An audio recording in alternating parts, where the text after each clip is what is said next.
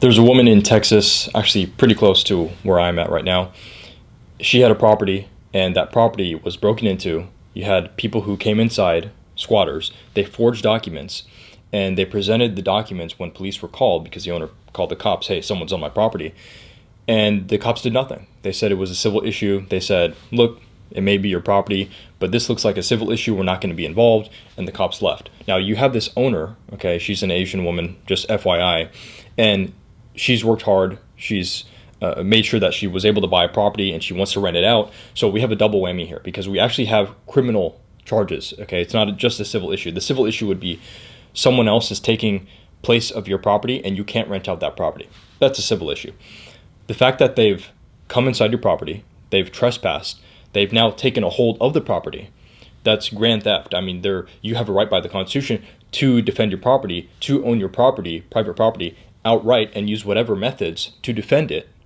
So if we're going by that standard, this woman has the ability to use that to her advantage. Now, the problem is in a lot of these liberal cities where you have mass regulation, you have a huge bureaucratic system where the law enforcement are doing the bidding of the mayors and the city council, the elected officials, and a lot of these people are protected themselves. They live in the nice neighborhoods.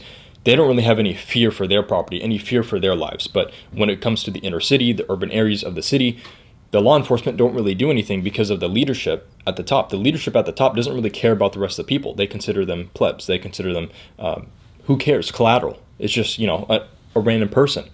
Even though they're put in certain positions as elected officials to make sure that everyone's rights are upheld, you're taking an oath. By taking office, you are essentially taking oath to the Constitution.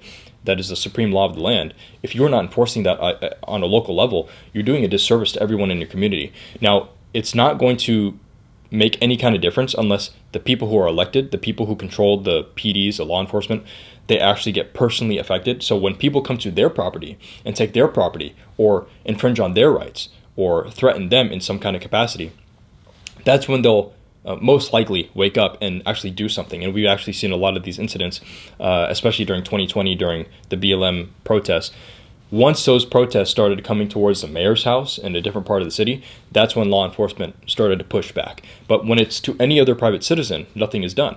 Again, this person, this Asian landowner, she has a constitutional right to defend her property. If she were to use that right, the supreme law of the land, this goes back 250 years. When you have your property, you can defend it.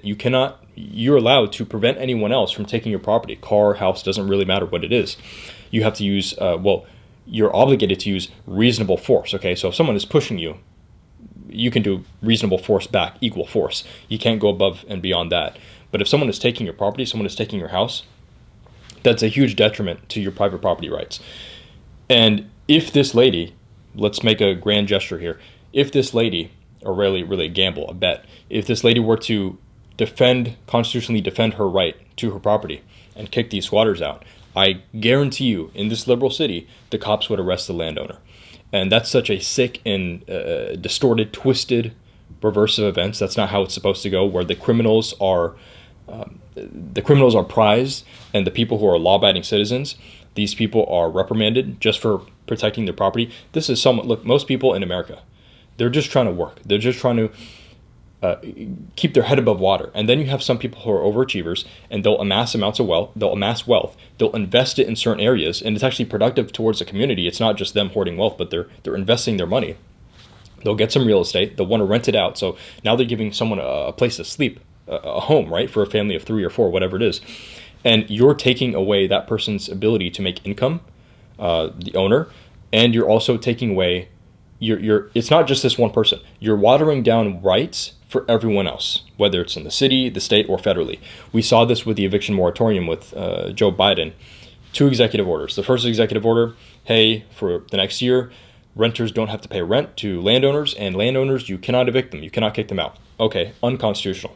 It's their private property. We already have so many eviction laws in place, and while I would say a decent amount of eviction laws are reasonable, it is unconstitutional. So even though I would say it's reasonable, it is going against the rights of the people or the person or the group who owns the property. So we had the first eviction moratorium. Supreme Court came back and said, unconstitutional, you can't do that. Then Joe Biden came out with the second executive order. He changed the words a little bit. He's playing a semantic game. And it's not really him, it's the people behind him. He's not really there. He's not cognizant of what's going on. But the people behind him came up with the executive order. He signs it. They just changed the words. Oh, okay, here's another executive order. So they prolonged it. If I am trying to recall correctly, maybe it was about 12 to 18 months where people did not have to pay rent.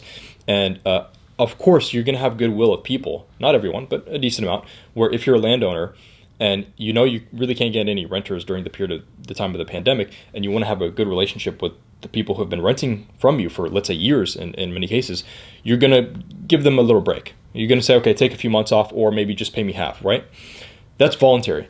But when the federal government comes in, or any type of government comes in, local, state, regional, federal, and they intervene themselves in a laissez-faire system, this is a transaction between person A and person B. When the government comes in and intervenes, you are now infringing on rights. You're going against the Constitution. I say that all the time, but even if there were no Constitution, at a basic human right level, to ensure that everyone has their own set of rights and it's equal for everyone, you are infringing on their rights by intervening and saying, I'm going to come into this transaction and I'm only going to help one party. The other party, you're out of luck. You're screwed.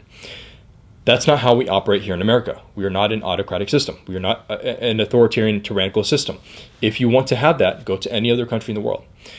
It just so happens that people who are sociopathic or psychopathic will chase positions of power. A lot of times, especially in politics, it's in elected seats. Or if you don't want to do an elected seat because maybe that's too much accountability, you'll chase the tops of different hierarchies that are still closely related to government. And these people don't care about anyone else who are just trying to make a living, who are just trying to use their basic rights.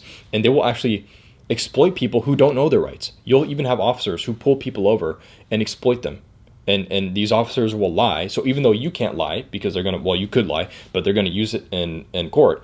The officers can lie and they're not held accountable. And they have qualified immunity, so that protects them from, let's say, certain adversities that they have to embark on throughout their duty of being a police officer, a peace officer.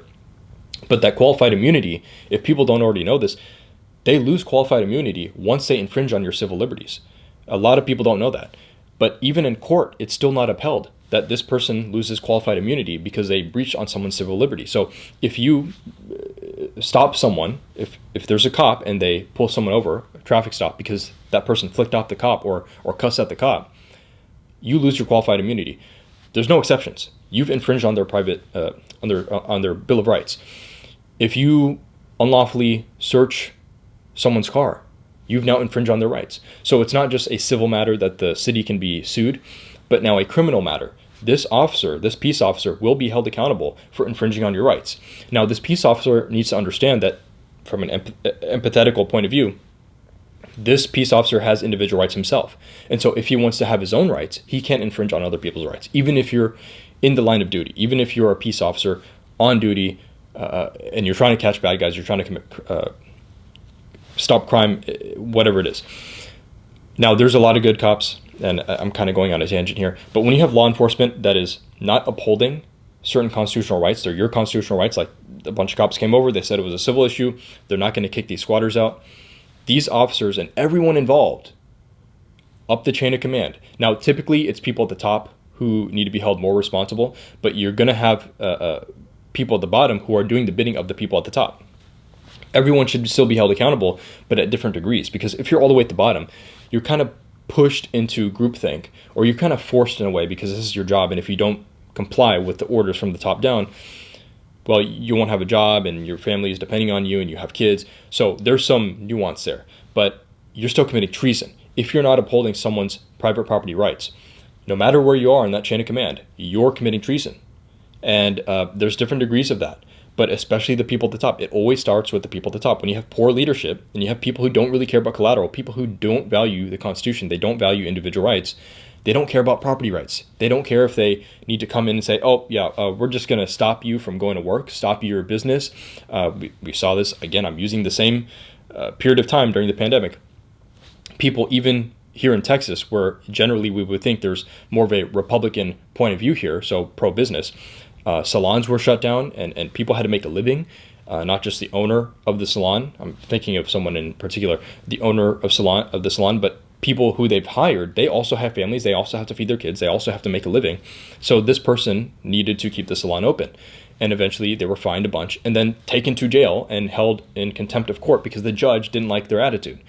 All of that is unconstitutional. You can't do that. You cannot infringe on someone's life, liberty, or property. These are the basic tenets of America. And the fact that maybe some of them know that, but a lot of them don't know that. But just the fact that people don't hold that near and dear shows that of course, people are going to put themselves first. They're going to put their own interests first. But it's not until it personally hits them where they understand, oh, this is why we have rights. So someone else, I've been doing this to other people, but now other people are doing it to me. Yeah. So it's not until it personally hits them where they have a wake-up call. And that's the sad reality of the world. That's the sad reality of most of human nature. Again, it's I say again, but I say it every now and then in some of these videos. It's really important that the minority of the population, because it's never the majority, it's always the minority of the population stands up together, understands what the Constitution means, and it's not just a piece of paper. It's how we have a structure in civilization. It's how we've been able to be the most prosperous and strongest nation militarily and politically speaking in the history of humanity. Once we lose sight of that, once there are no incentives for owning property, once there are no incentives for making money and being productive in society, once there are no incentives for building businesses, once there are no incentives because the government is raining down on you with a bunch of taxes and regulation, we lose everything that we built up for the past 250 years.